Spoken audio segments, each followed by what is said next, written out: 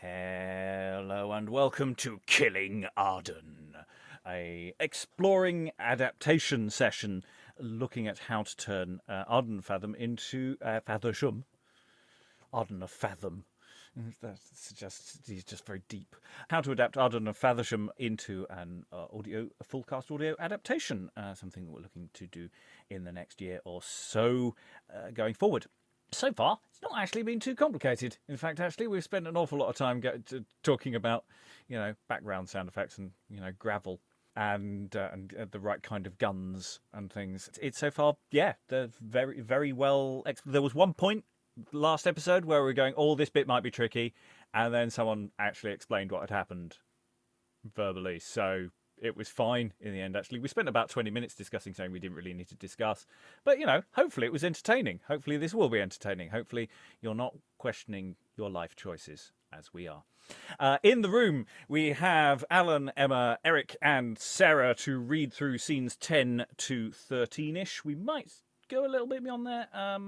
We might get edging towards the death of Arden. Arden must die. But we're up to scene 10 and he's still alive. This is, for all my lightness of tone, which is possibly a bit disrespectful, because this is a true crime story. This is the Arden did die, and these people did come to something of a sticky end. So I should pull it back, my enthusiasm back a little bit. So this is a true crime story adapted 40 years after the events that actually happened. And yes, we are coming to Scene 10, and we have a scene with Arden and his wife, and we also have Franklin and Michael. So I'll ask Sarah if you could be Arden, Emma if you could be Alice, Alan if you could be Franklin, and Eric if you could be Michael. Two of these people are trying to murder one of the other people. Franklin knows nothing, and is on Arden's side, broadly speaking. So we'll just read on a little bit and see where we are at. So here enters Arden and his wife Alice, Franklin and Michael. See how the hours, the garden of heaven's gate, have by their toil removed the darksome clouds, that soul may well discern the trampled path, wherein he wont to guide his golden car. The season fits. Come, Franklin, let's away. Or you did pretend some special hunt that made you thus cut short the time of rest. It was no chase that made me rise so early, but, as I told thee yesternight, to go to the Isle of Sheppey, there to dine with my Lord Cheney, for so his honour late commanded me. Aye, such kind husbands seldom want excuses. Home is a wild cat to a wandering wit. The time hath been, would God it were not past, that honour's title nor a lord's command could once have drawn you from these arms of mine. But my deserts, or your desires, decay, or both. Yet, if true love may seem desert, I merit still to have thy company. Why, I pray you, sir, let her go along with us. I'm sure his honour will welcome her, and us the more for bringing her along. Content. Sarah, saddle your mistress's nag. No, a begged favour merits little thanks. If I should go, our house would run away, or else be stolen. Therefore I'll stay behind. Nay, see how mistaken you are. I pray thee, no. No, not now. Then let me leave thee satisfied in this, that time nor place nor persons alter me, but that I hold thee dearer than my life. That will be seen by your quick return. And that shall be ere night. And if I live, farewell, sweet Alice. We mind to sup with thee. Exit Alice. Come, Michael, are our horses ready? Aye, your horse are ready, but I'm not ready, for I've lost my purse with 36 shillings in it, with taking up of my master's nag. Why, I pray you, let us go before, whilst he stays behind to seek his purse. Go to, sirrah. See you follow us to the Isle of Sheppey, to my Lord Cheney's, where we mean to dine.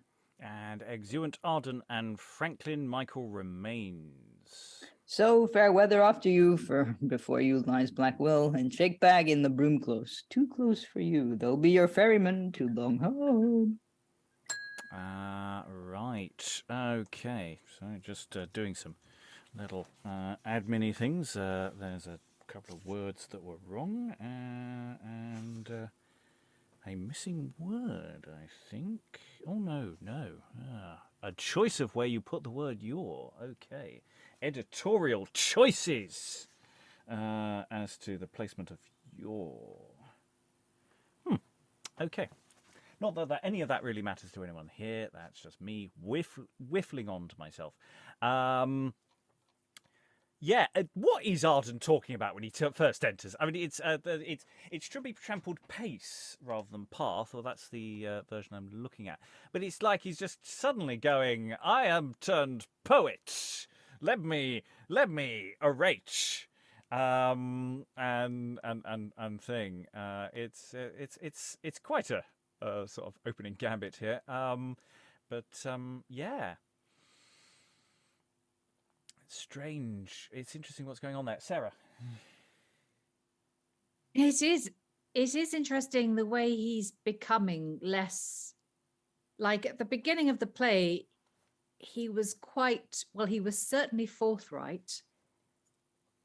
And we were talking about, we were talking back then about how to play him, because there were options. You could play him as sort of forthright but kind of noble and sensible, or you could play him as forthright but quite rude and a bit cruel.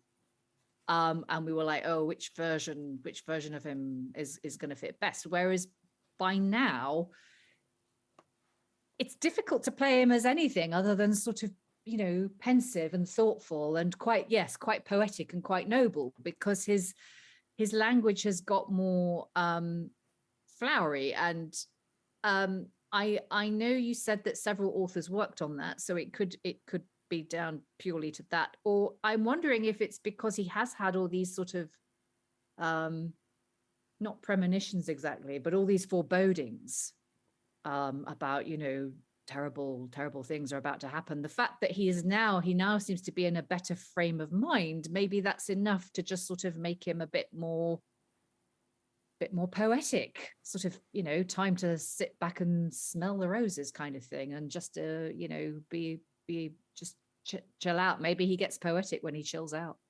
Well, the thing is, the previous scene was, the journey home, or wasn't it? I think I'm right on this point, where he encounters Cheney on the road, and it's I think that was a return journey home to.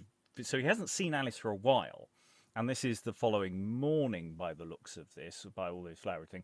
So maybe on a he slept in his own bed. Maybe from his point of view, he had a very enjoyable night. I'm being a bit coarse here, but I'm just thinking maybe he's just, everything feels a bit less insecure. He feels more secure of himself than he may have done earlier, and that moved in a. Maybe that's what's going on here, because this, again, from an audio perspective, we want to set a time for this. I'm thinking, morning again. We're back to where we started in a sense. He's back home. It's the beginning of the day, and again we have this cat and mouse sort of game between Arden and Alice of what's Alice's intentions with this dialogue. Who's going to go, who's not going to go. And of course, as we get to the end of this sequence, we're not at the end of the scene by any stretch of the imagination, Michael tells the audience, before you lies Black Will and Shakebag in the broom close, too close to you. So, bad things are going to go down. But we're not really given a proper indication that that's imminent. I mean, the previous scene set up, they're going to try again, I think. But not necessarily the clarity of this. So there's a sort of interesting turnaround of action here. If we're doing this episodically, this might be the beginning of the final episode. I'm thinking 3 parts. But I don't know if we might just release it in one go. I don't know. I don't know how these things are going to work. But it feels like this could be the beginning of Act 3 of a 3-act structure. Because I want to give some indication of time between scene 9 and scene 10. Any other thoughts, Eric? I find it interesting that in this scene, Alice goes, "Oh, but you can't go. You're like sort of leaving me behind. There was a time when you wouldn't go anywhere for any for any other purpose other than to be with me." And then after Franklin goes, "Oh yeah, totally, just sort of come with us." And then as soon as that, yeah, it's like sort of not unclear, but sort of, is she wanting him to stay to be murdered in the house? That seems a bit stupid. What is it? Is it a?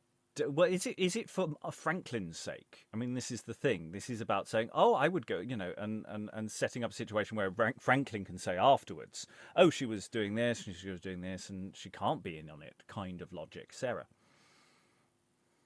Yeah, that exactly. I think she's dissembling. And the minute they actually say to her, "Well, come then," she's like, "Oh, yeah, no, I'd love to, but I can't."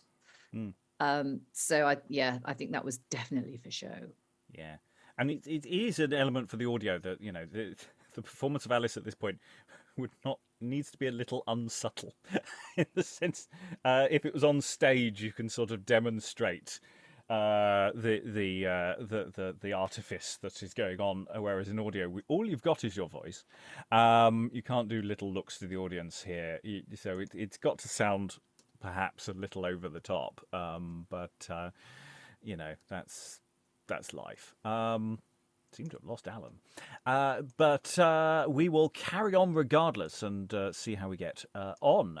So everybody's off apart from Michael. And so we've got a Clark coming up, and Alice returns, and I can read in Mosby, I suppose, and the little bit. But we've got this little bit with the painter Clark. He's not a Clark. His name is Clark. He's a painter.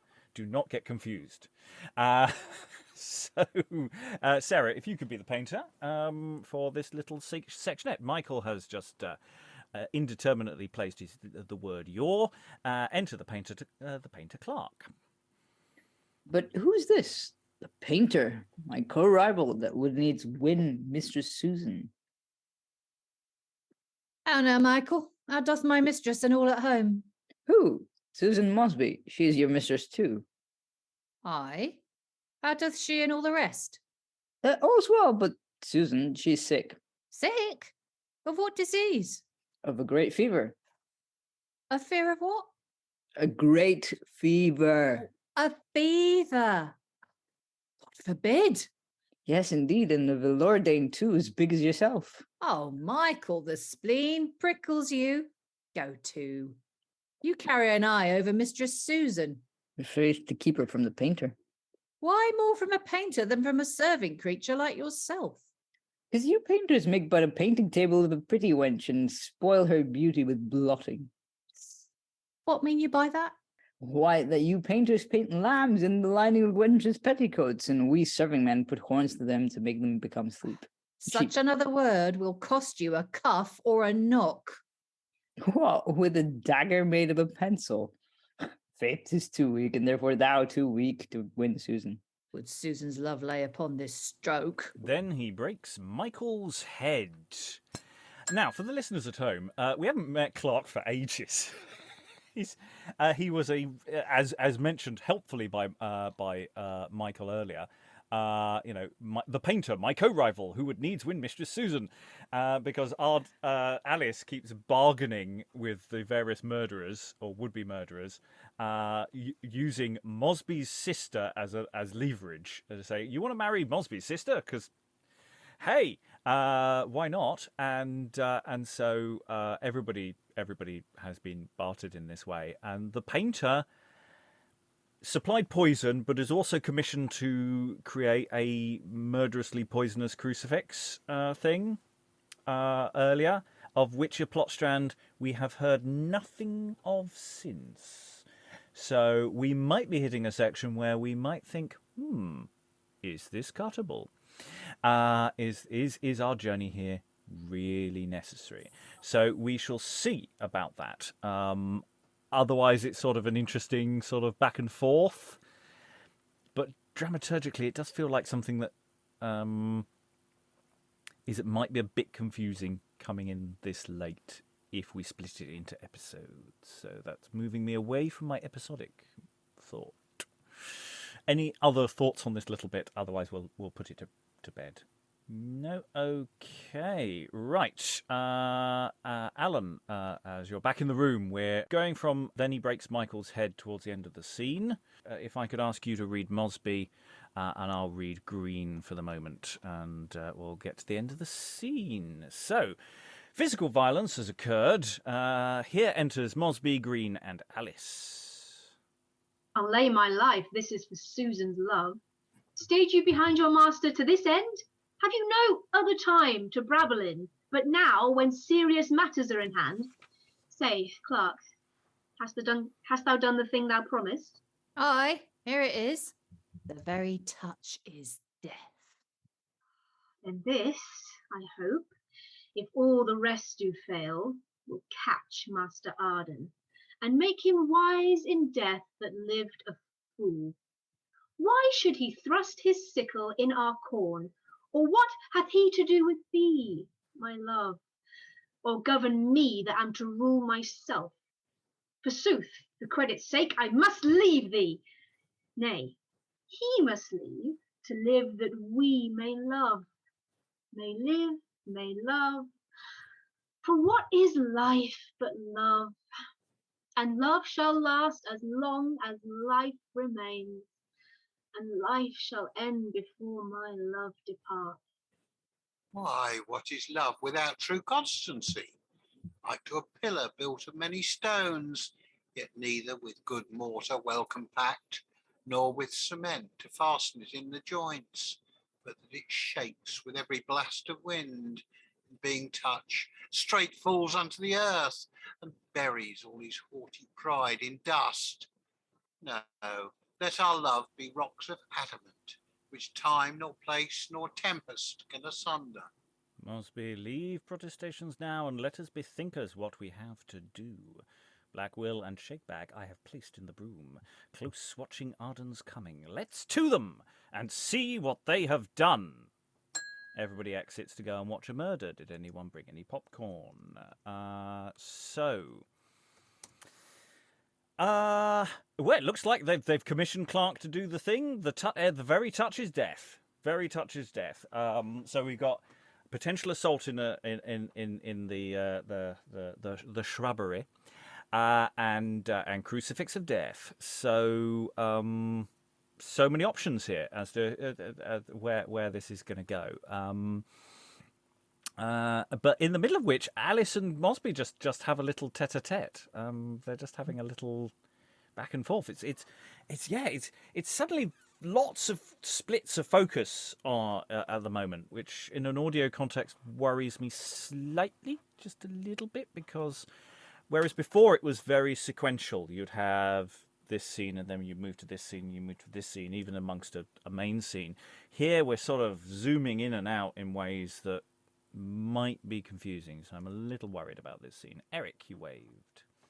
Yeah, I was gonna say this whole like love without true constancy bit is basically like a few scenes ago they were plotting to murder each other. So yeah, that's real love. Yeah. But again, it's the thing: is this performative in front of an audience? Again, you know, everybody here knows the murder's being planned, so you know, it's this thing. But what is life but love?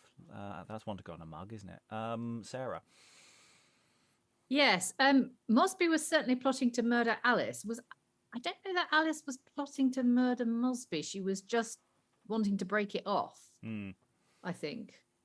So I think this is definitely performative on Mosby's side. On Alice's side, it's interesting that I guess Clark and Green are so deep into the plot that it doesn't matter if she's demonstrative towards Mosby in front of them, but it's interesting that she feels relaxed enough to do that.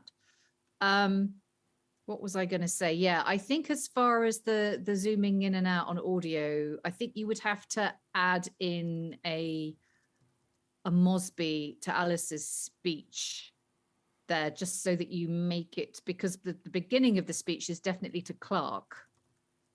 And so I think you'd maybe then have to throw in or what, Mosby, hath he to do with thee, my love? Something like that. You'd maybe have to like Jemmy in a a Mosby there, just to kind of make it clear to the listener that she's, changed subject, that she's talking to someone else now.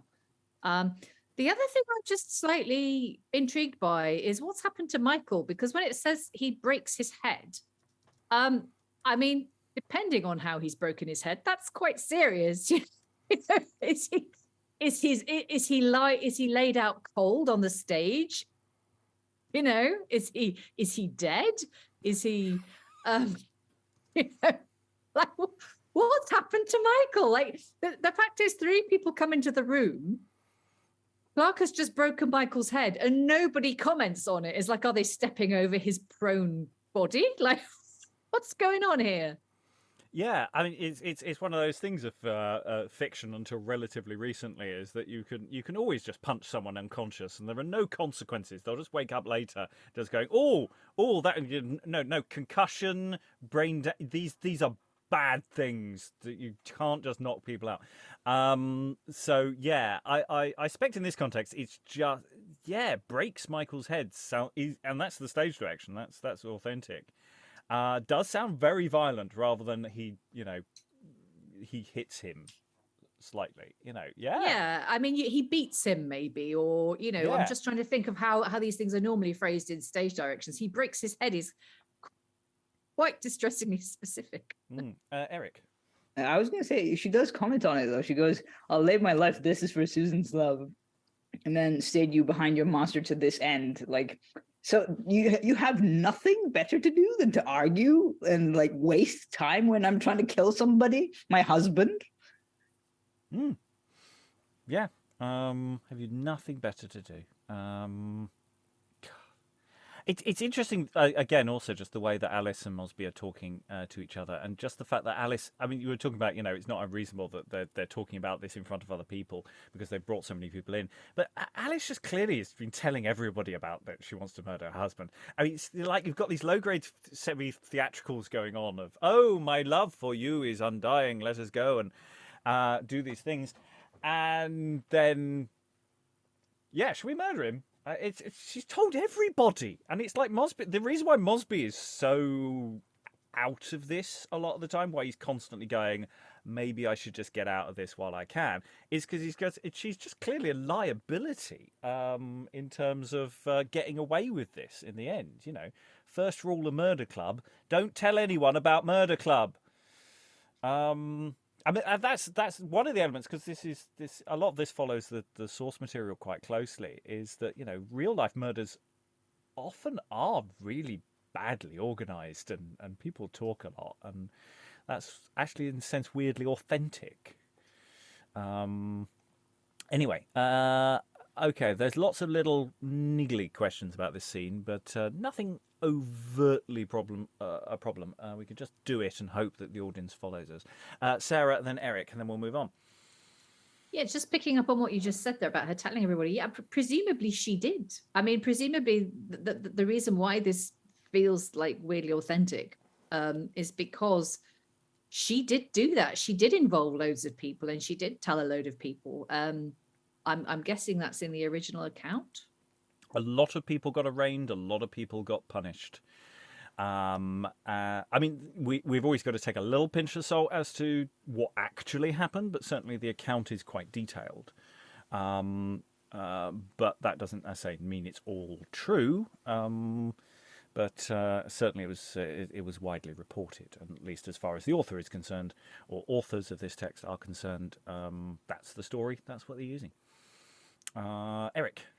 I was just going to ask about the broom close. Is it because, like, in the last, it's a broom close, but then you've got the broom, close watching, but then broom close, watching? It just, yeah, it can make a difference in the script, so it's kind of like, ooh.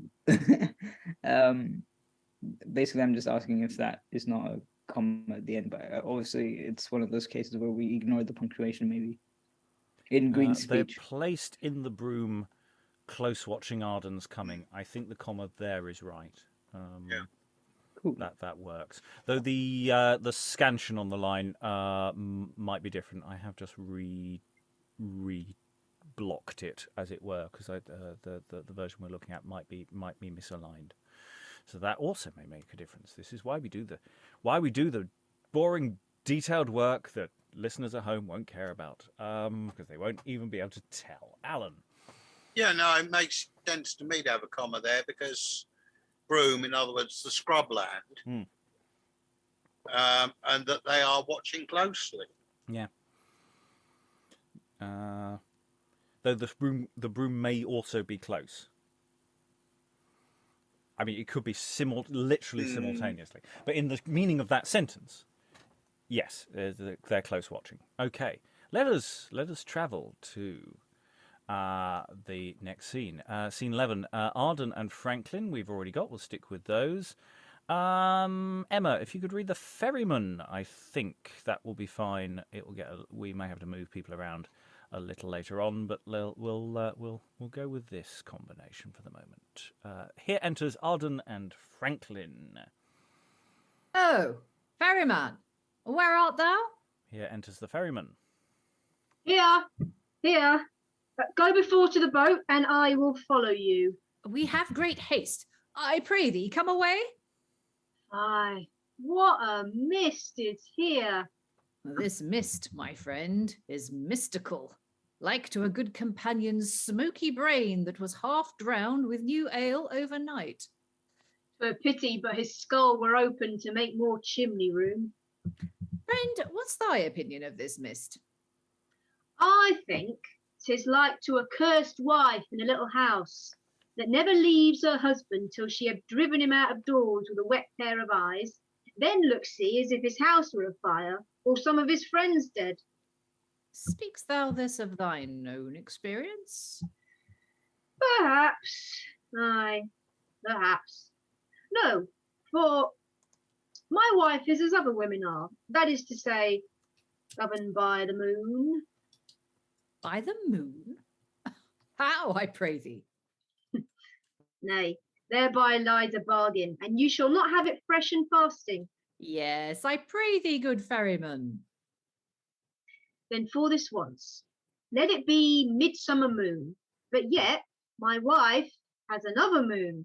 Another moon? Aye, and it hath influences and eclipses. Why then, by this reckoning, you sometimes play the man in the moon. Aye, but you had not best to meddle with that moon, lest I scratch you by the face with my bramble bush. I am almost stifled with this fog. Come, let's away. And, sirrah, as we go, let's have some more of your bold yeomanry.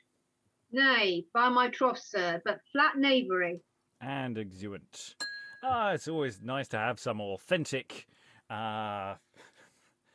low-level misogynistic bants between chaps who have literally nothing to say to each other apart from, "Oh, my wife back home." Oh, we're about hop and a skip and jump from mother-in-law jokes really here, aren't we? I would be very comfortable in the 1970s. Alan. I'm just wondering whether the version of the script I've got has been modified, because there are a couple of lines in there that were shown in the script I've got as being Franklin, which Sarah read. Oh, no, sorry, Alan. I don't know what happened there. Sorry, I just stole all your lines. Yes, all but one. Do you want to do the scene over?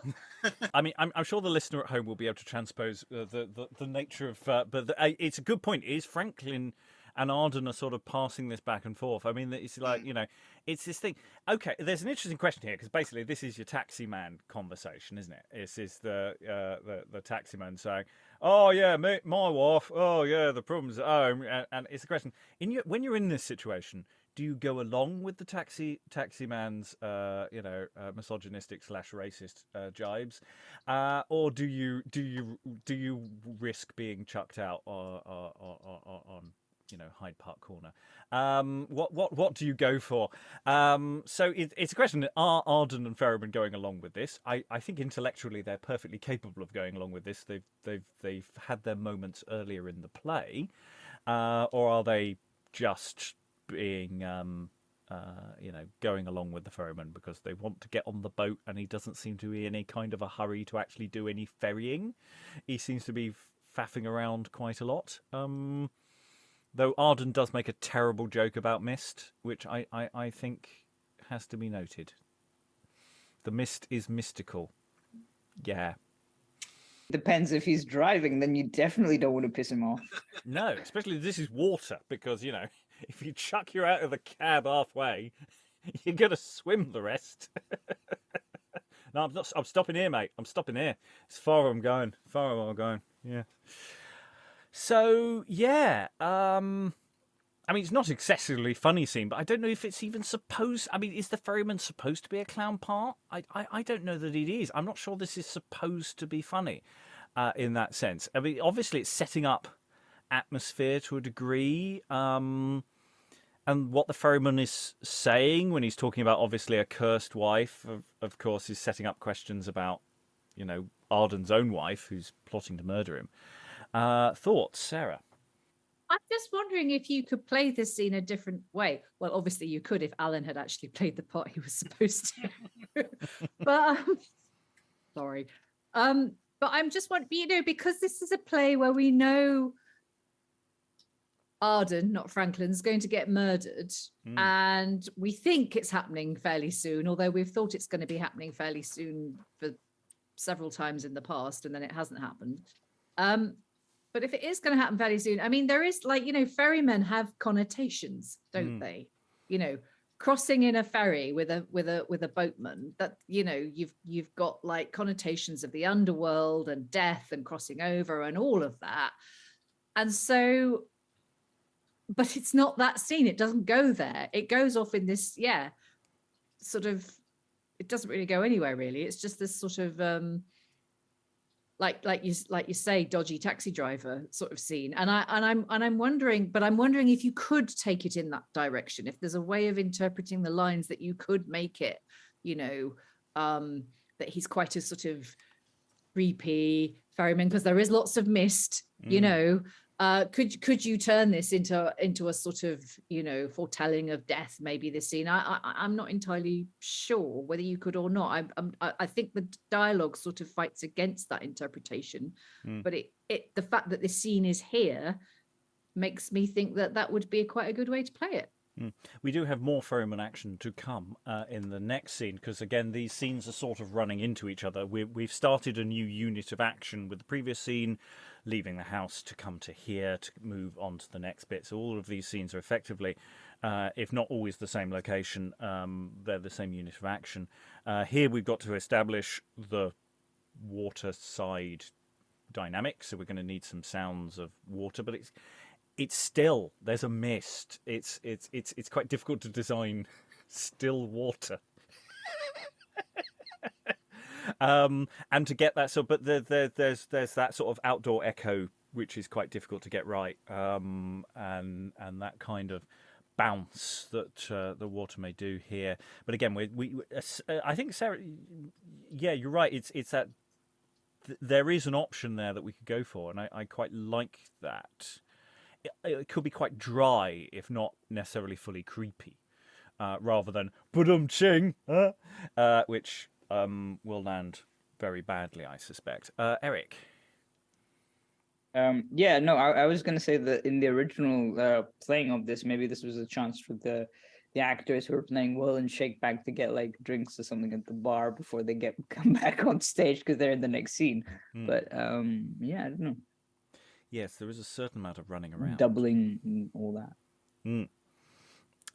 Okay, let's effectively continue the scene with scene 12. Who was... has anyone been Will or Shakebag so far? No. And just going forward, Ferryman... Who was reading Ferryman? Was that Emma? So yeah, this is all going to go a bit horribly wrong, so we'll just keep going for the moment. Alan, if you could be Shakebag, Eric be Will, and we'll trip over everything else in a moment. So, scene 12.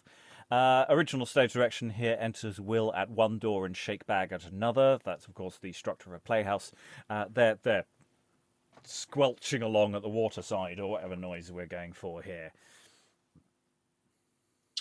Will, where art thou? Here, Shakebag, almost in Hell's Mouth, where I cannot see my way for smoke. Pray thee speak still, that we may meet by the sound. I shall fall into some ditch, rather, lest my feet see better than my eyes. Didst thou ever see better weather to run away with another man's wife, or play with a wench at Potfinger? Oh, this were a fine world for chandlers, this weather would last. But then a man should never dine nor sup without candlelight. Sir Will, what horses are those that passed? Why, didst thou hear any? Aye, that I did. My life for thine, 'twas Arden and his companion. Then all our labour's lost. Say not so, for if it be they may haply lose their way as we've done, and then we may chance meet with them. Come, let's go on like a couple of blind pilgrims. Then Shakebag falls into a ditch. Help, Will, help! I'm almost drowned. Here enters the ferryman. Who's that calls for help? 'Twas none here, but 'twas thou thyself. I came to help him that called for help. Why? How now? Who is this that's in the ditch? You are well enough served to go without a guide such weather as this. Sir, what companies hath passed your ferry this morning? None but a couple of gentlemen that went to dine at my Lord Cheney's. Shakebag, did I not tell thee as much? Why, sir, will you have any letters carried to them? No, sir, get you gone. Did you ever see such a mist as this? No, nor such a fool as will rather be hot than get his way. Why, sir, this is no Huff Monday. You are deceived. What's his name, I pray you, sir? His name is Black Will. I hope to see him one day hanged upon a hill. Exit ferryman. See how the sun hath cleared the foggy mist. Now we've missed the mark of our intent. And here enters Green, Mosby and Alice, etc. But we'll just pause there because I just want to check a few little bits and pieces here. So, comedy pratfalls from there. I mean, sound effects straightforward enough. So the end of the previous scene, Arden and Franklin, that's getting in boat sound effects. That's what we need there. Because they're going. Getting in boat. Because they're not going to encounter each other. Water, rowing. That makes life a lot easier. And then we've got squelch, squelch, squelch. To throw into that scene. It's leaning much more to the comedy, but I think that Ferryman can still be quite deadpan in all of this. There's something quite deadpan about a lot of what he's saying here. And just the way he just goes off and, did you ever see such a mist as this? Which then, as they state, just immediately clears. And just, I'd like to see you hang. There is some real potential for it. Can still be funny, but I think we could be moving more in the River Styx territory here, couldn't we? It's just on his day off, and that's what the death does. It just saunters around doing jokes, and things. Sarah. Just from a Foley perspective, I'm a little bit concerned about these horses that are mentioned. Are they real? Well, maybe they're not, but it's like if Franklin and Arden and the ferryman are already in the water, then which they would be because they've just escaped and gone off across the river. Then why would Will and Shakebag then afterwards be hearing horses? That makes no sense. Well, if they're hearing horses from the other side of the river. Oh, I see. So like faint, echoey. Yeah, that they just hear them. But he might not be here. He might just be in his imagination. He might just be hearing something strange. But yeah, if there are horses at that point, I think I've noted in my thing clippy clop. Clippy clop, yeah. If someone's going to say that line, then there is going to need to be some clippy clop. But I guess it could be far off clippy clop. Well, they do. He questions whether he heard it. You see, that's why I'm wondering. You see, are the clippy clops real, or are they just in the mind?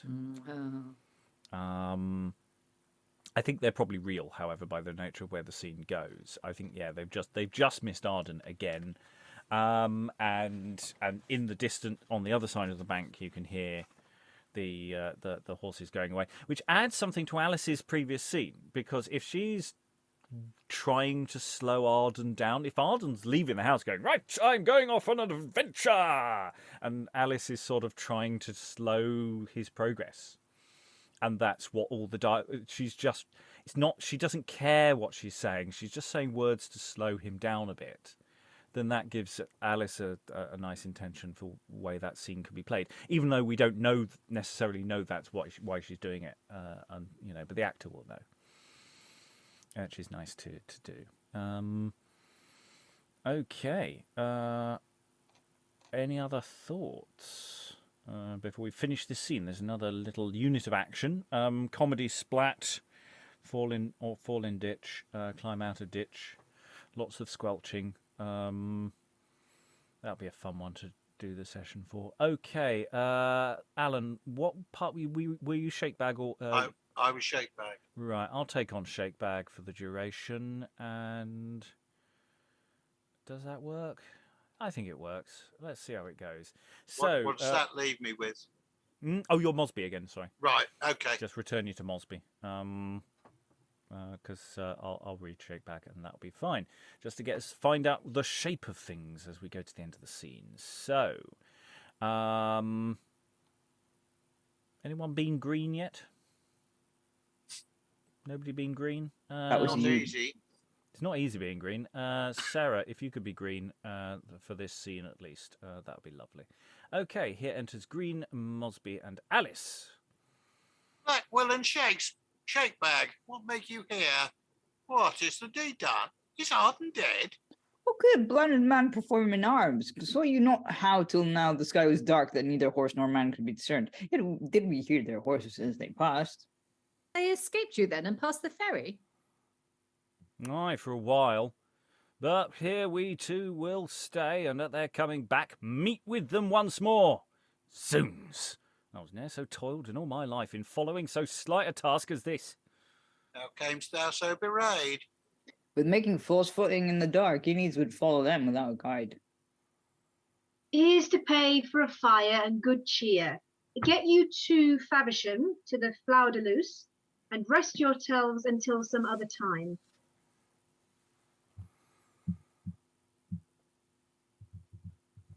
Sorry. Let me alone. It most concerns my state.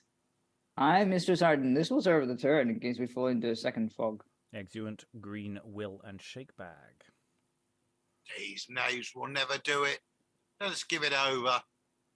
First, tell me how you like my new device. Soon, when my husband is returning back, you and I, both marching arm in arm, like loving friends, will meet him on the way, and boldly beard and brave him to his teeth. When words grow hot and blows begin to rise, I'll call those cutters forth your tenement, who, in a manner to take up the fray, shall wound my husband Hornsby to the death. A fine device. Why, this deserves a kiss. And we can infer a kiss as they exit. Okay.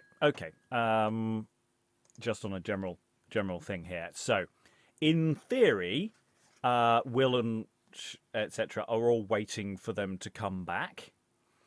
So they're going to murder them on the way back.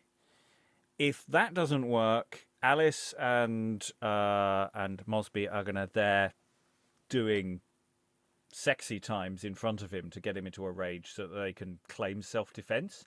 Where's the crucifix in this? I don't know where the crucifix is coming into this. Okay, Alan. Who is Hornsby? Her husband. She's the Horns. We're talking cuckolding here.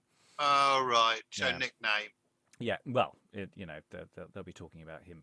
They've been cuckolding him for quite a while, so yeah, we can infer that. Yeah. Uh, Sorry, it's some while since I last was involved with reading on this piece, so I sort of lost the thread of it. do we tweak Flower de Luce to Fleur de Lis?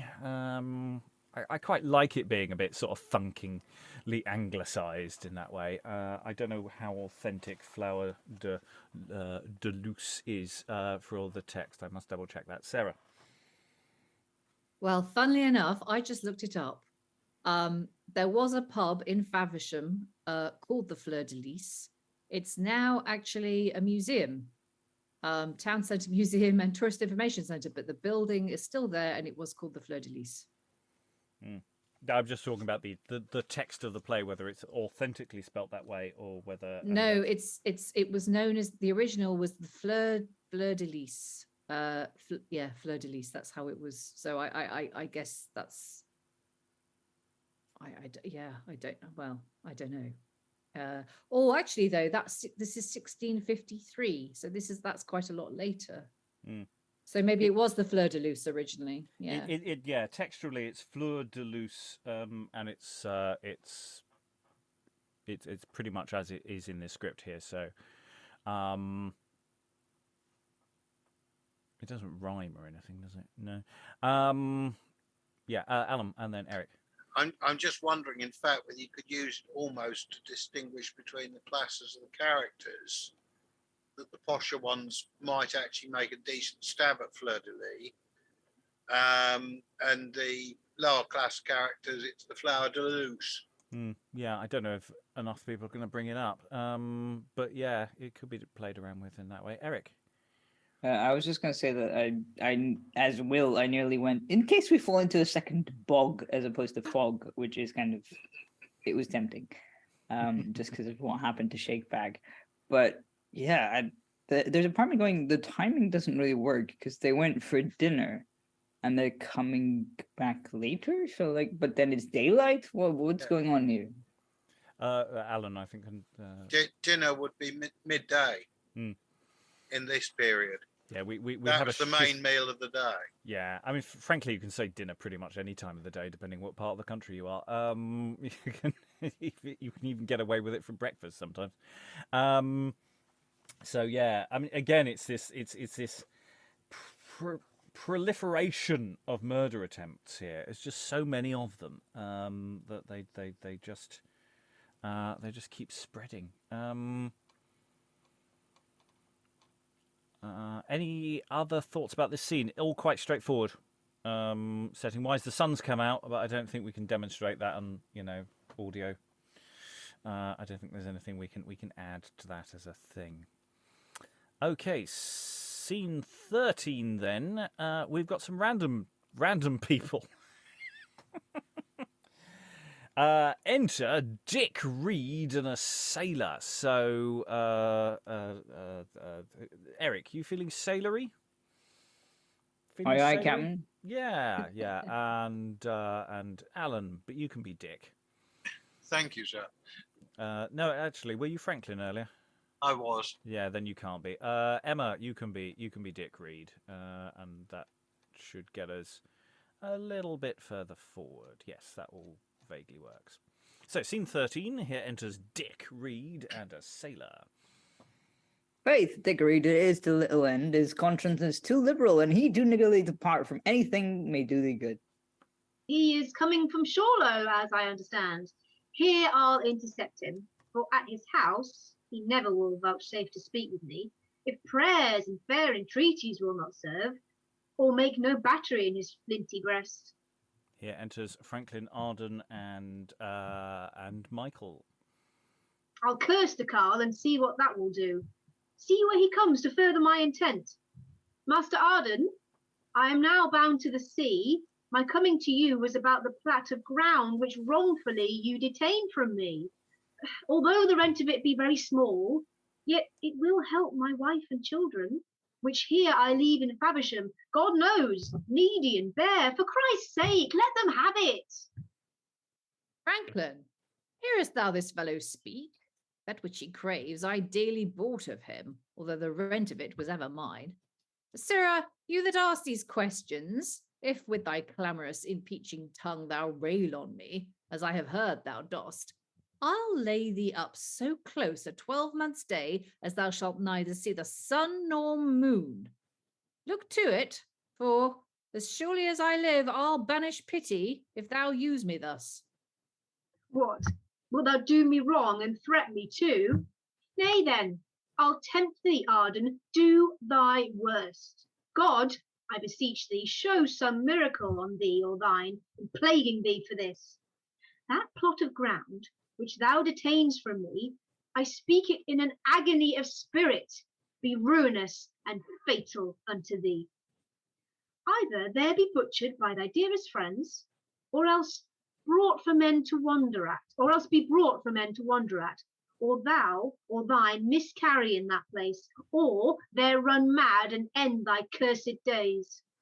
Fie, bitter knave, bridle thine envious tongue. The curses are like arrows shot upright, which falling down, light on the shooter's head. Light where they will. Were I upon the sea, as oft I have in many a bitter storm, and saw a dreadful southern flaw at hand, the pilot quaking at the doubtful storm, and all the sailors praying on their knees, even in that fearful time would I fall down and ask of God, whatever betide of me, vengeance on Arden, or some misevent to show the world what wrong the carle hath done. This charge I'll leave with my distressful wife. My children shall be taught such prayers as these, and thus I go, but leave my curse with thee. Eggs, you want to read and person he needed to talk to introduce the theme of the scene, the sailor. It is the railingest knave in Christendom, and oftentimes the villain will be mad. It greatly matters not what he says, but I assure you I ne'er did him wrong. I think so, Master Arden. Now that our horses are gone home before, my wife may happily meet me on the way. For God knows she's grown passing kind of late, and greatly changed from the old humour of her wonted frowardness, and seeks by fair means to redeem old faults. Happy the change that alters for the best.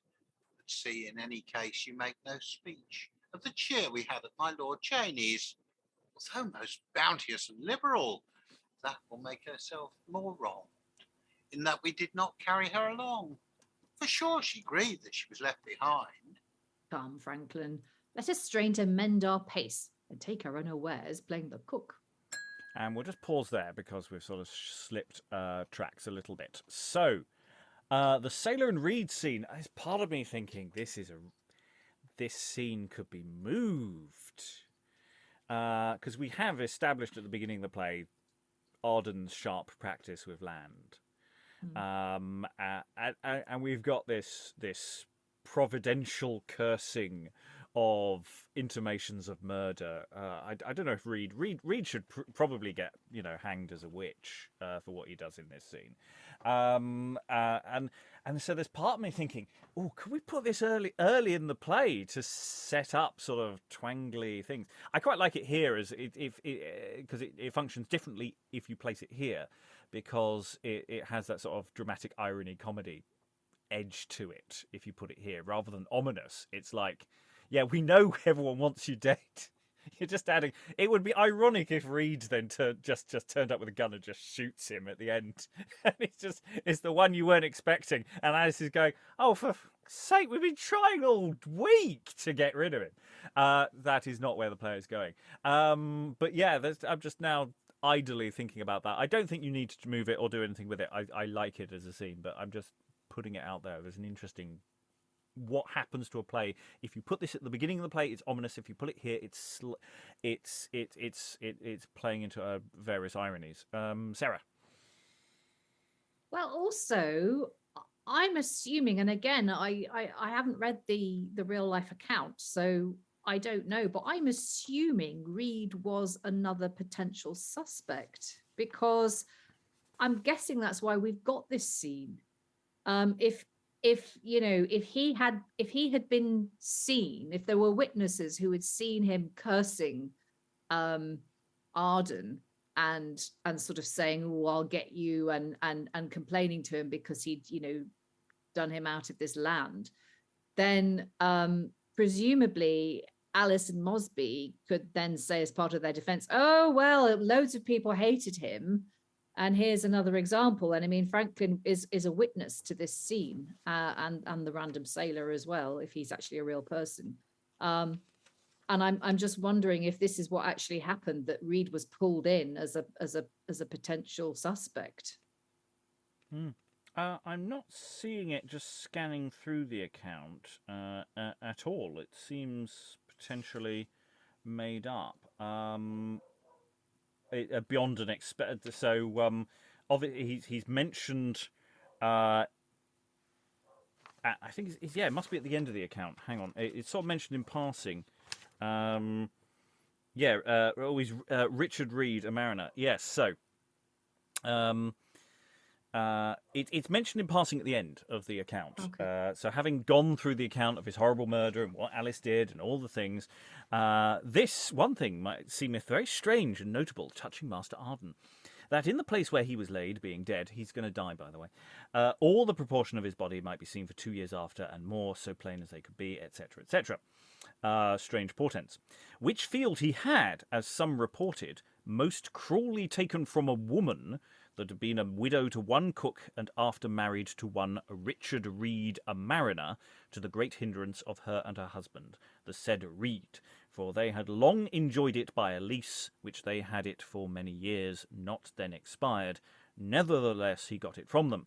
For the which, the said Reed's wife not only exclaimed against him, in shedding many a salt tear, but also cursed him most bitterly even to his face, wishing many a vengeance to light upon him, and that all the world might wonder on him, which was thought then to come to pass, when he was thus murdered, and lay in that field from midnight till the morning, and so all that day being a fair day till night, all the which day there were many hundreds of people came wandering about him, and thus far touching this horrible and heinous murder of Master Arden. So it is straight out of the account, but it's something that is sort of doesn't have a place within the narrative flow of the story of Arden. It's saying like, oh yeah, I forgot to mention there was this other guy, and his wife. It's the wife who did the railing. Here it's Reed himself. I'm almost tempted to actually say, shall we make the sailor Reed and Reed the wife? That might be an interesting play around. To give that an element that might yield interesting results. I don't know. Alan. That would certainly give you a better variety of voices. Yes. Because effectively the only strong female character we've had in this is Alice, isn't it? Yes. Though we will inevitably mix up the actual gender of performances for the recording itself. Sarah.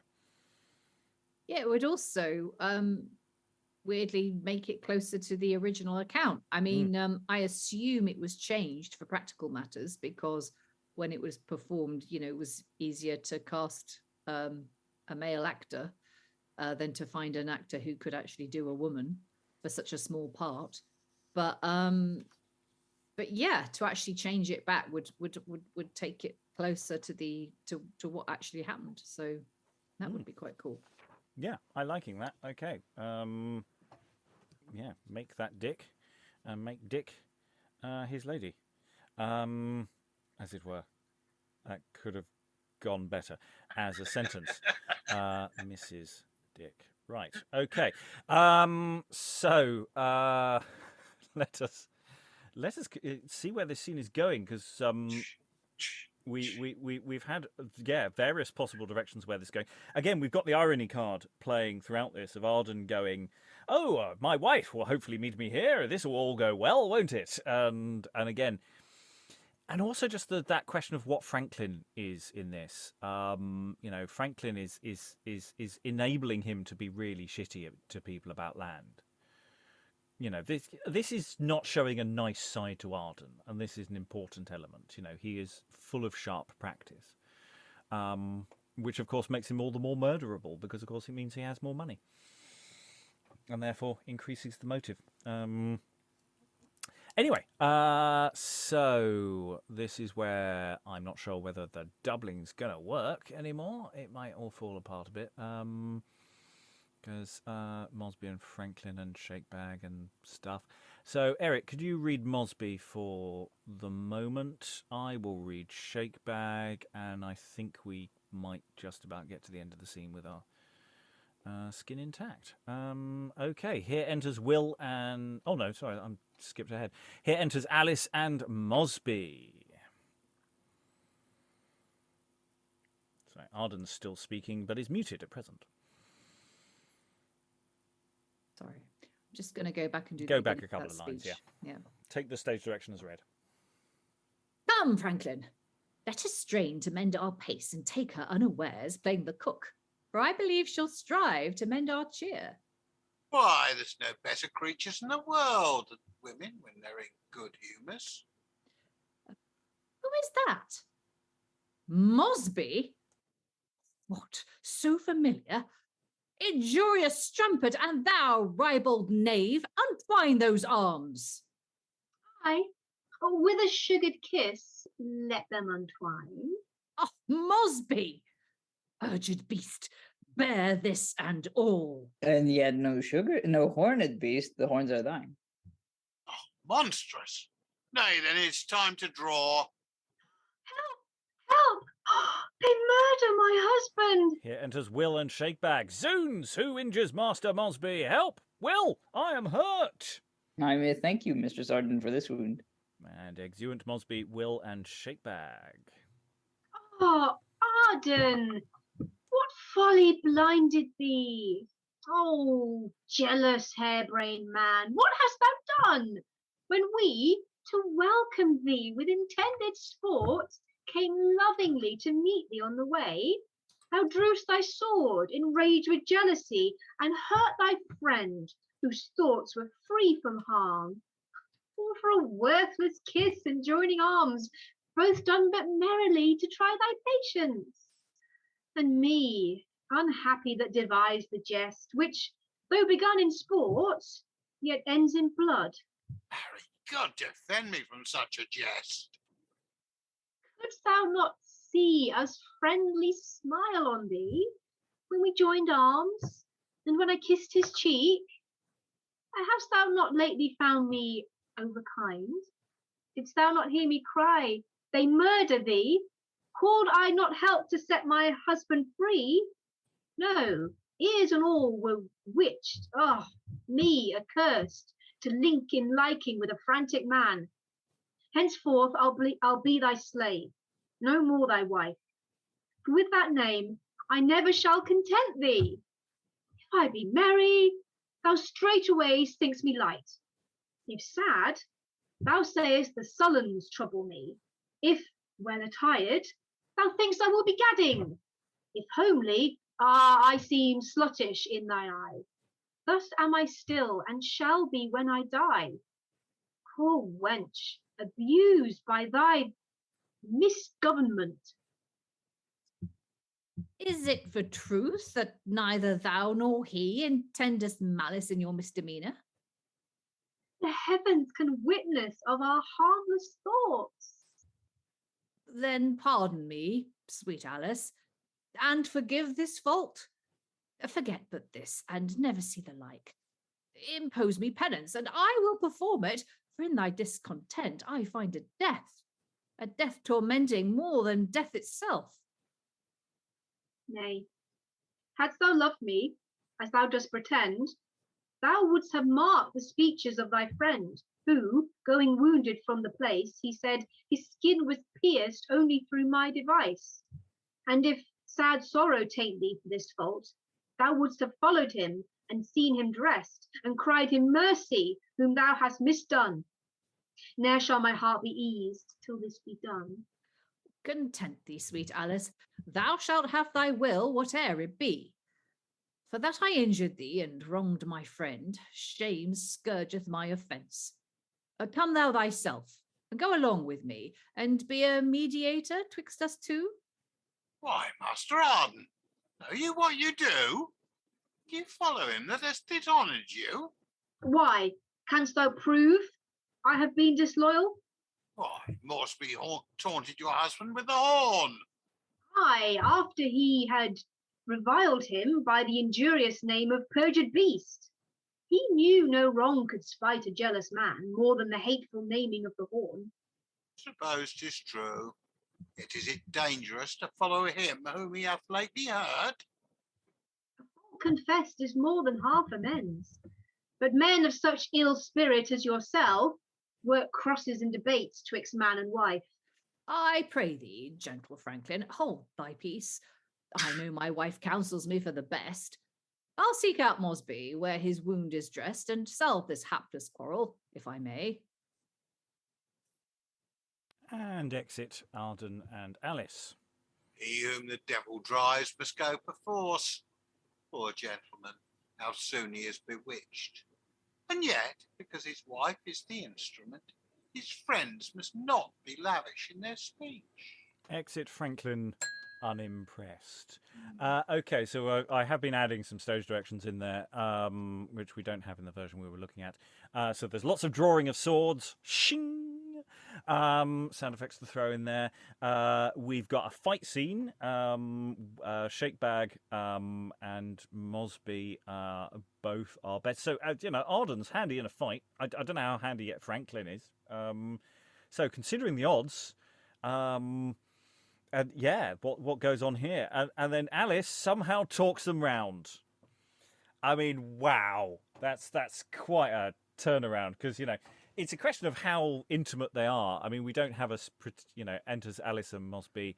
They are familiar with each other. There is the suggestion of a kiss, but what kind of? I mean, I don't think we can go for full makeout because she'd never turn it around later on. So the dialogue explicates what's supposed to be going on. It was set up earlier, so I don't think we need to go or anything like that. And because there are limits. But yeah, it's again this weird scene where murderous Phalus once again. Just they totally banjacks, and then I say it's all down to Alice somehow. She's really knows how to work him, doesn't she? She's but then I suppose she's been married to him for a while. So but Franklin not impressed. Yeah, I again busy on action, but it's kind of action I think is easy enough to clarify what's going on. I don't think there's any lack of clarity as to.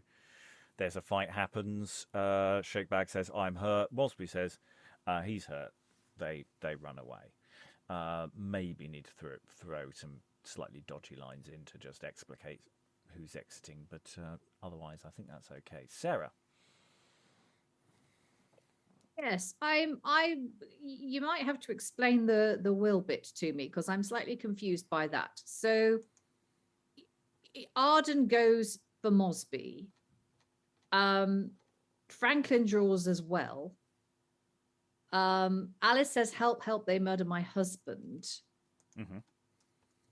And then we have the entrance of Will and Shakebag, and Shakebag's immediately saying, Zoons, who injures Master Mosby, help. So Will, he comes on and going, who's attacking my friend Mosby? That's and what then, he's saying.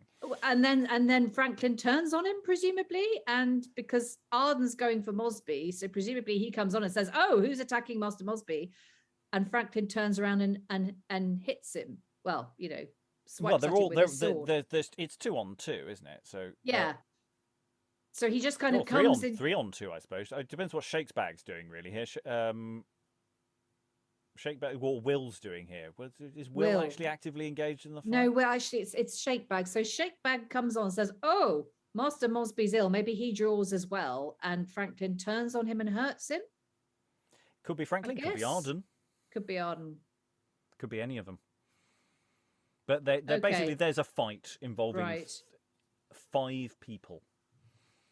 And so Alice and Mosby have created the pretext for Shakebag and Will to come on and do the murder.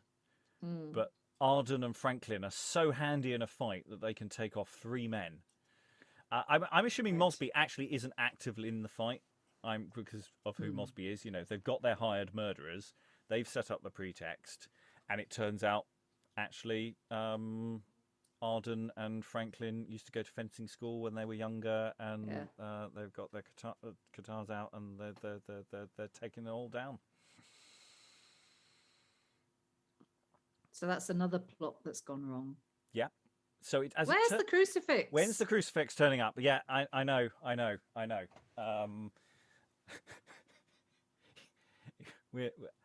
The crucifix is just such a red herring. I'm sorry. They It's could really have not killed him going like anywhere. 3 scenes ago with the crucifix. But Yeah. like, I am starting to think maybe cut the crucifix. yeah. Because I like it, but I don't think it's in the original at all, and it's been Okay. added, but it goes nowhere, and it's weird, really weird crucifix thing. Yeah. Yeah, if it's not in the original, I think maybe just quietly cut that. Yeah, I don't think it's in the source at all. Like, again, I need to do a more detailed. We have looked at the source, and I have been scanning through it, but I kind of need to do a word search and just double check that there is no mention to crucifixes. But yeah, again, nothing that is immediately leaping out of me going, what the hell are we going to do? Alan. I must admit, I'm still seeing Will and Shakebag as the broker's men, and therefore one possible bit of action within the fight is that inadvertently Will and Shakebag damage each other. I think for audio, we'll melee. never make that clear. I think you're right. For a stage show, you absolutely could have a field day with that fight. I think it could be extensive and very silly. But I don't think for audio, we might need to add in a bit more. To me, Will, from you, oh, yeah, oh, he's getting, yeah, there could be a lot of extemporized, very bad dialogue that we might need to put in just to really make it clear who's winning, who's winning. Okay, we're gonna go a little further than planned. We're gonna crash into scene 14. We may not finish scene 14. I say we may not. We're not going to finish scene 14, but we may reach a crucial point. There is an issue with scene 14. A few too many people turn up later on, and we don't have a large enough room. So scene 14. We have Will, Shakebag, and Green. It's going to get very crowded here. We're going to have Alice and Michael turning up later on, and then Mosby and things. So everyone's popping in and out. So we're going to have to dance around a little bit. So I'm going to say, Alan, if you could read Will this time. Mm-hmm. Eric, if you could be Green. I'll stay with Shakebag, and then we've got Alice and coming in later on. So, actually no, Eric, could you read? You read Michael, and Sarah, if you could be Green for the moment. Hope that wasn't too confusing, because I can't remember who I am now. I'm still Shakebag. Okay, that's okay. That's okay. It will all be fine. Scene 14. Here enters Will, Shakebag, and Green. Sarah Green, when was I so long in killing a man? I think we shall never do it. Let us give it over. Nay, zoons, we'll kill him, though we be hanged at his door for our labour. Thou knowest, Green, that I've lived in London this 12 years. I've made some go up on wooden legs for taking the wall on me. Divers with silver noses for saying, there goes Black Will. I've cracked as many blades as thou hast nuts. Oh, monstrous lie. Faith in a matter I have. The bawdy houses have paid me tribute. The durst not a whore set up unless she have agreed with me first for opening her shop windows. For crossword of a tapster, I pierced one barrel after another with my dagger and held him by the ears till all his beer hath run out. In Thames Street, a brewer's cart was like to have run over me. I made no more ado, but went to the clerk and cut all the notches of his tallies and beat them about his head. I and my company have taken the constable from his watch and carried him about the fields on a colt staff. I've broken a sergeant's head with his own mace and bailed whom I list with my sword buckler. All the tenpenny alehouse men would stand every morning with a quart pot in their hand, saying, will it please your worship drink? He that had not done so, he had been sure to have had his sign pulled down and his lasses borne away the next night. To conclude, what have I not done? Yet cannot do this. Doubtless, is preserved by miracle. Before we go on, just to note that we're in a pub or similar type establishment. This is an interior setting, probably. I don't know if we're literally at the Fleur de Lis or whether we're just, as mentioned earlier,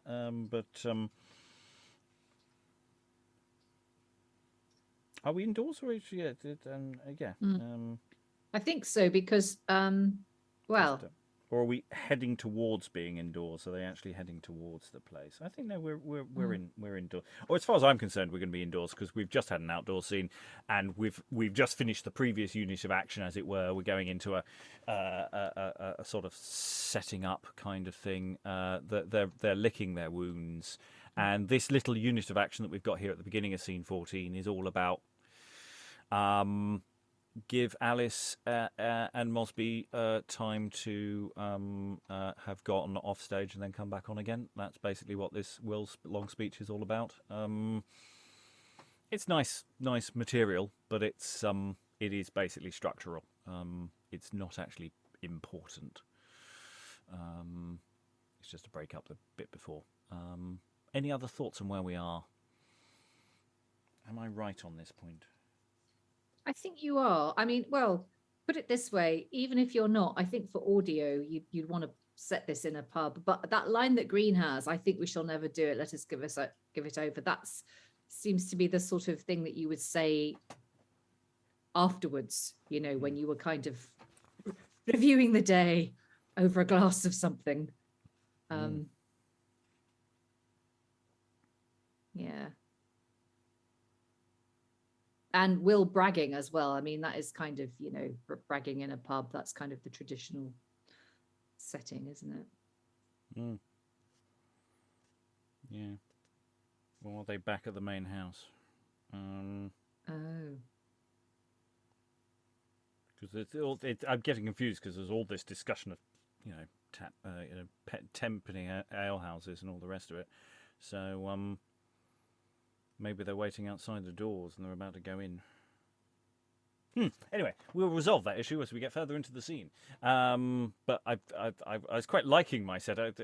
Maybe we could just break it up and just have them in the pub, and then we'll relocate the next bit and have them meet up. I don't know. I'm just thinking about breaking up these scenes a little bit. Eric, were you waving?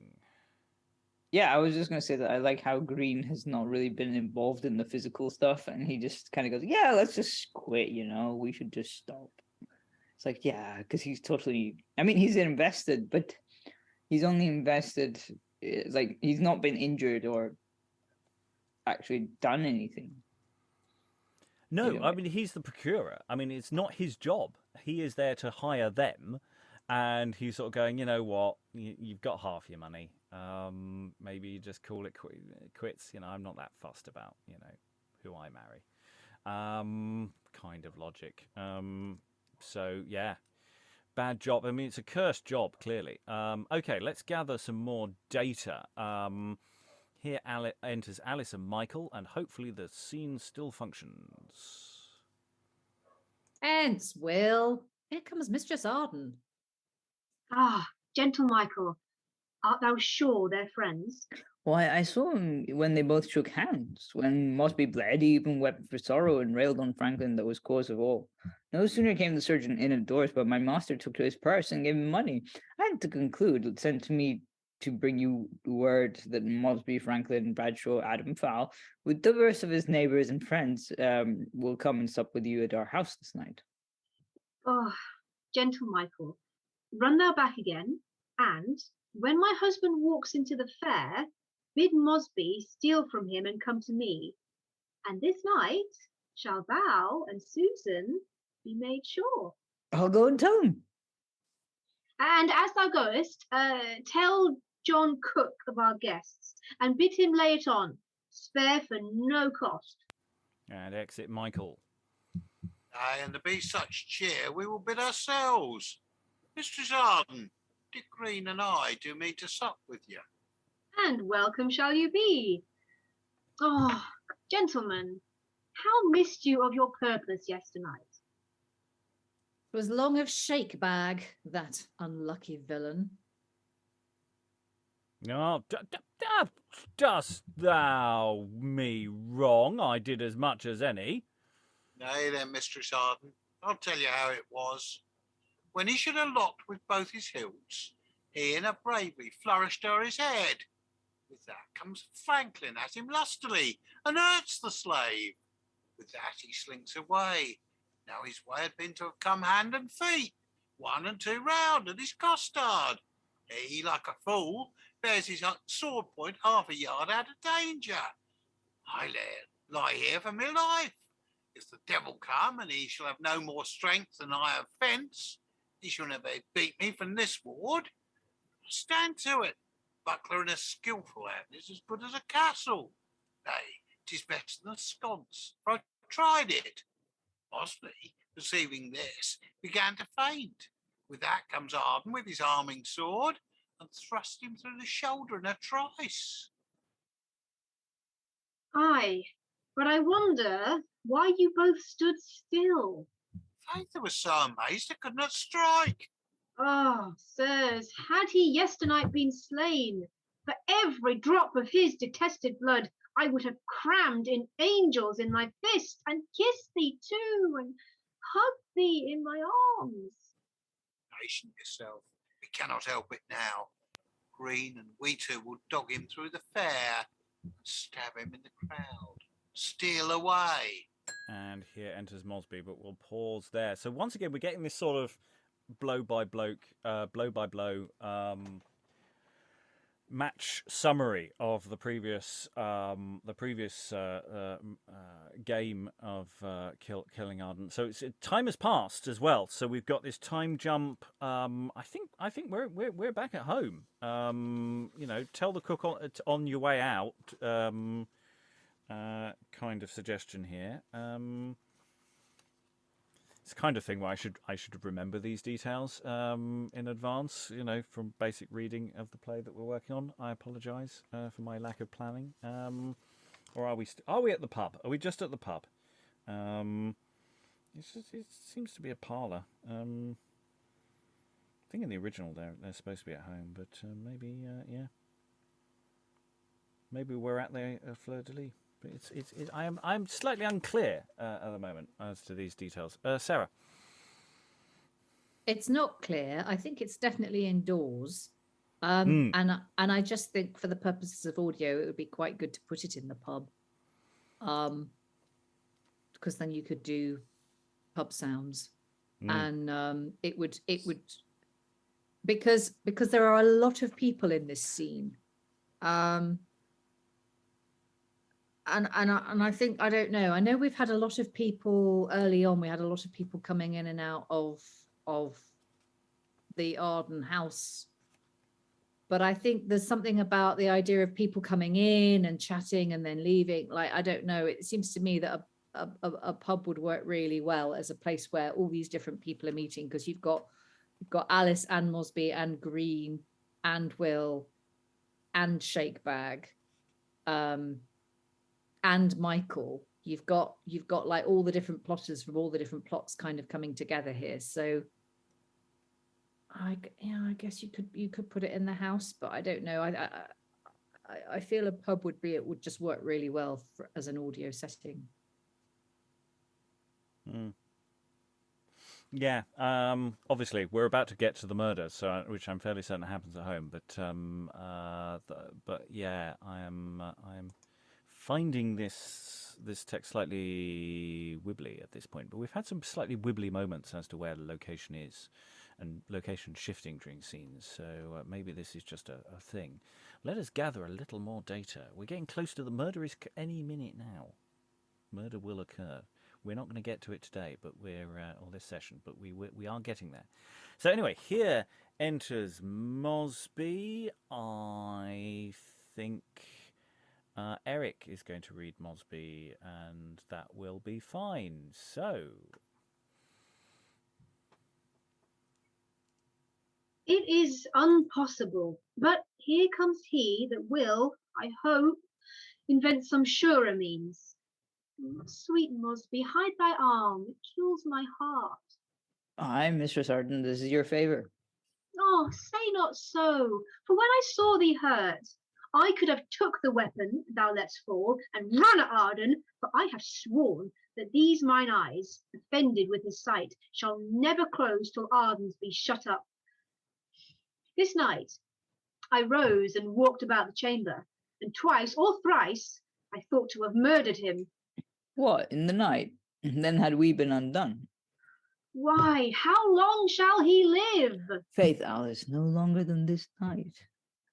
Black Will and Shakeback, will you two perform the complot that I've laid? Aye, or else think me a villain. And rather you shall want, I'll help myself. You, Master Green, shall single Franklin forth, and hold him with long tale of strange news, that he may not come home till supper time.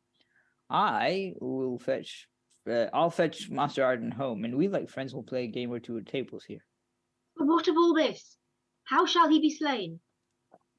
Why, Black Will and Shakeback locked within the counting house shall, as a certain watchword given, rush forth. What shall the watchword be? Now I take you. That shall be the word. But come not forth before, in any case. I warrant you. But who shall lock me in? That will I do. Thou keeps the key thyself. Come, Master Green, go you along with me. See all things ready, Alice, against we come. Take no care for that. Send you him home. Exeunt Mosby and Green. And if he e'er go forth again, blame me. Come, Black Will, that in mine eyes art fair, next unto Mosby do I honour thee. Instead of fair words and large promises, my hand shall play you golden harmony. How like you this? Say, will you do it, sirs? Aye, and that bravely too. Mark my device. Place Mosby, being a stranger, in a chair, and let your husband sit upon a stool, that I may come behind him cunningly, and with a towel pull him to the ground, then stab him till his flesh be as a sieve. That done, bear him behind the abbey, that those that find him murdered may suppose some slave or other killed him for his gold. And device. You shall have £20, and when he is dead, you shall have 40 more. And, lest you might be suspected staying here, Michael shall saddle you 2 lusty geldings, ride whether you will, to Scotland or to Wales. I'll see you shall not lack, where'er you be. Such words would make one kill 1,000 men. Give me the key. Which is the counting house? Here would I stay and still encourage you, but that I know how resolute you are. Ah, tush, you are too faint-hearted. We must do it. But Mosby will be there, whose very looks will add unwonted courage to my thought, and make me the first that shall adventure on him. Tush, get you gone. 'Tis we must do the deed. When this door opens next, look for his death. Exeunt Will and Shakeback, and there we will pause. It's interesting, this headlong rush. We have spent the entire play pulling together ridiculous plots, perfectly reasonable plots that just go badly wrong in ridiculous ways. Always away from the house, always with intermediaries, never getting actively involved, finding pretexts, and now it's just kill him in the counting house, kill him, get him in the parlour, put him on a stool, let's just kill him and get rid of the body and put it somewhere else. And it's just like it's this spiral at the end of just like we've tried being clever, or what we think of as clever. The crucifix has been forgotten. The crucifix is making no appearance. It's not even a MacGuffin. It doesn't even ascend that level of plot device. It is just a sort of superfluous bit of action that goes nowhere. I'm definitely thinking that maybe actually we just quietly drop the whole subplot there, and that we don't need to see that cat. And that solves the problem about the randomly beating Michael's head, because Michael seems fine. Just saying, he seems fine, so I don't think we need to break his head. I don't think we need that bit of action at all. Maybe there was a hilarious bit where the crucifix scene went wrong as well, and they just got cut in previews, and the rest of it just got stuck in.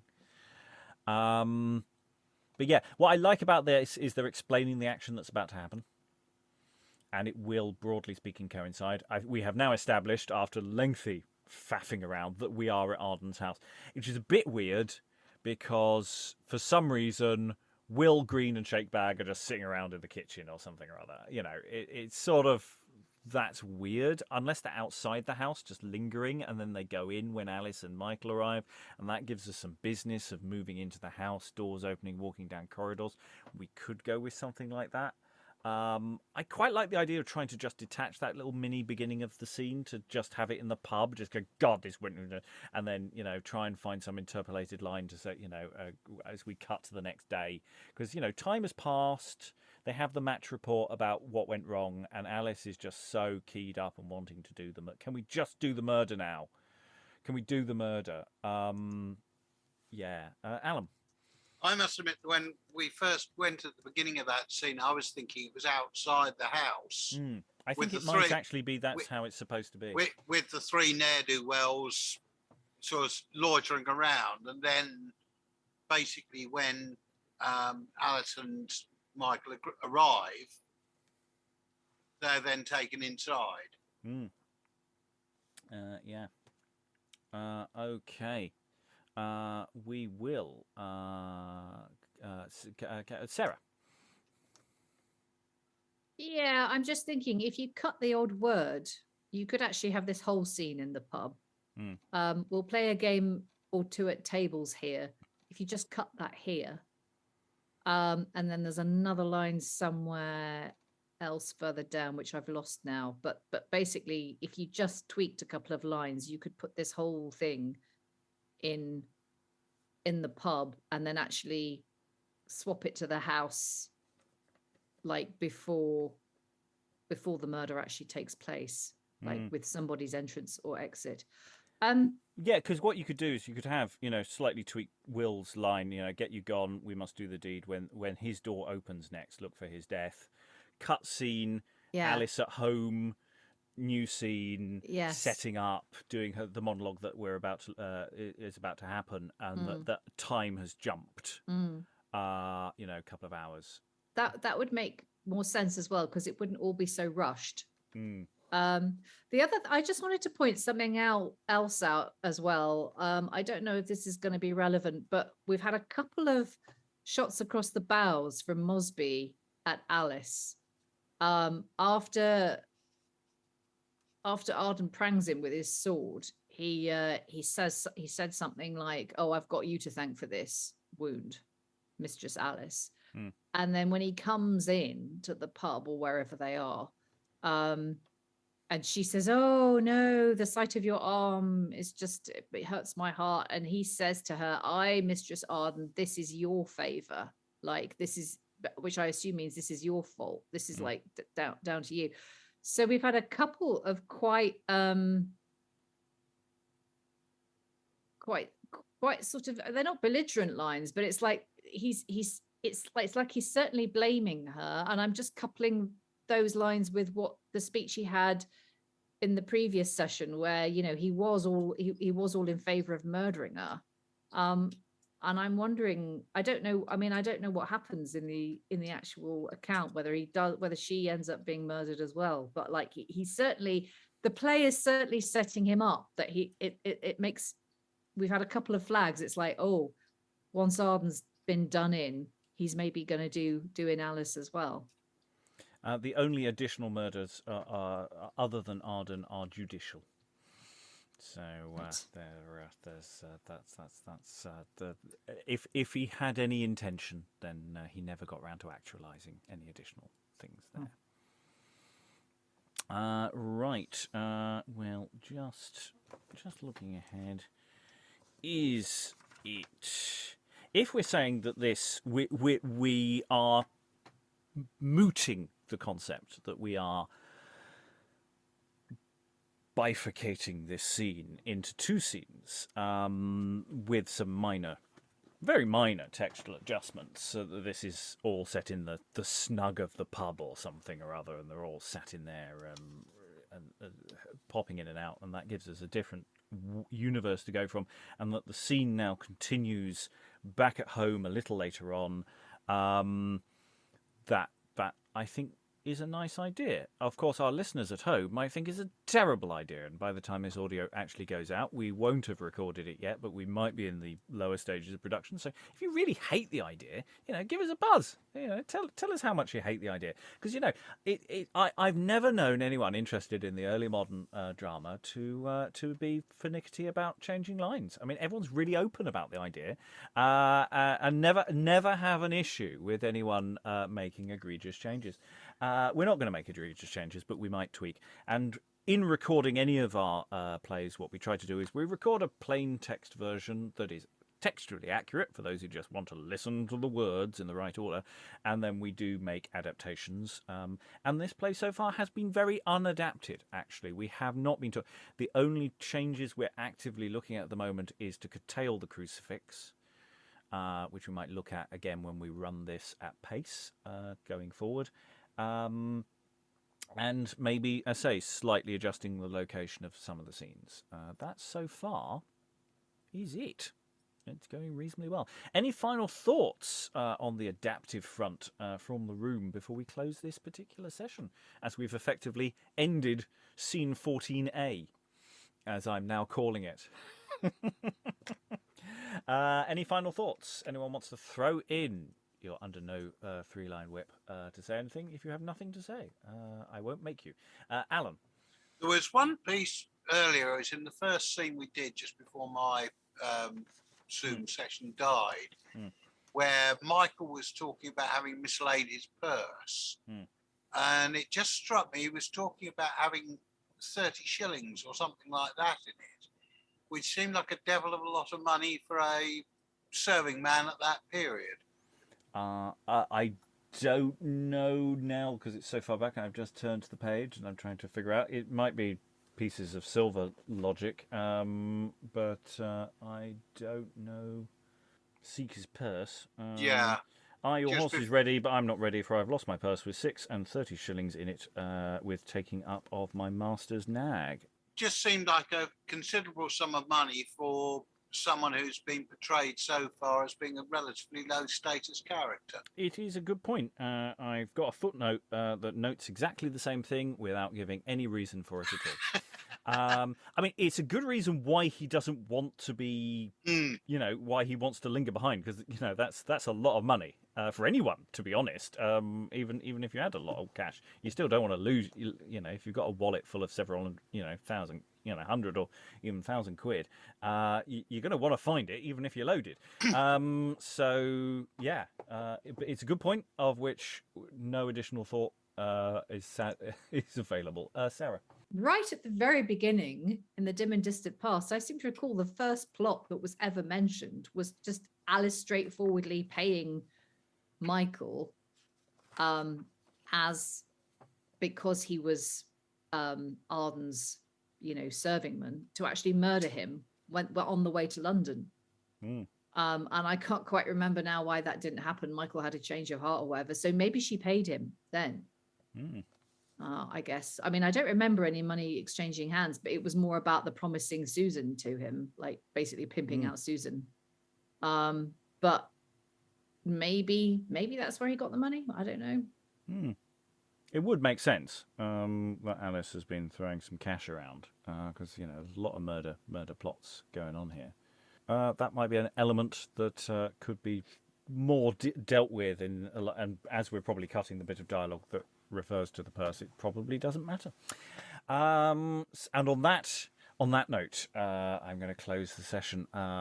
We will have one more session. We're going to kill Arden. We are in the final session, and then we will be doing a second look, fast-paced run of Arden of Faversham. Fingers crossed, he said. I say we are. The second looks are always a bit contingent on how many readers we can get together, but this is a relatively tight play, so it should be plausible. And yeah, we're going to find out how it runs again at pace, and then hopefully we will be able to do a full cast audio adaptation going forward in the future. And if you want to hear more of that, if you want to support that happening, go to our Patreon page, patreon.com/Beyond Shakespeare. You get a chance every year to vote for the plays we're going to do next. This one didn't quite make it as an absolute guaranteed one, but it got pretty close. So if you vote for it, it will probably happen. And you can also just bung us a one-off on kofi.com/Beyond Shakespeare. And yes, you will be able to support the work we do and request the kind of things you want us to do. And you get all sorts of bonus stuff as well if you want to do those things. On the Patreon, there are all sorts of releases that people get extra. At least one exclusive thing a week and one early access thing a week, plus additional bonus things once a month. That's the current release at time of recording this. It may be more by the time this actually goes out. So there.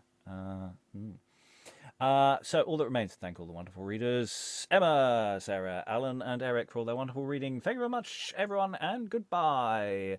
Arden must die.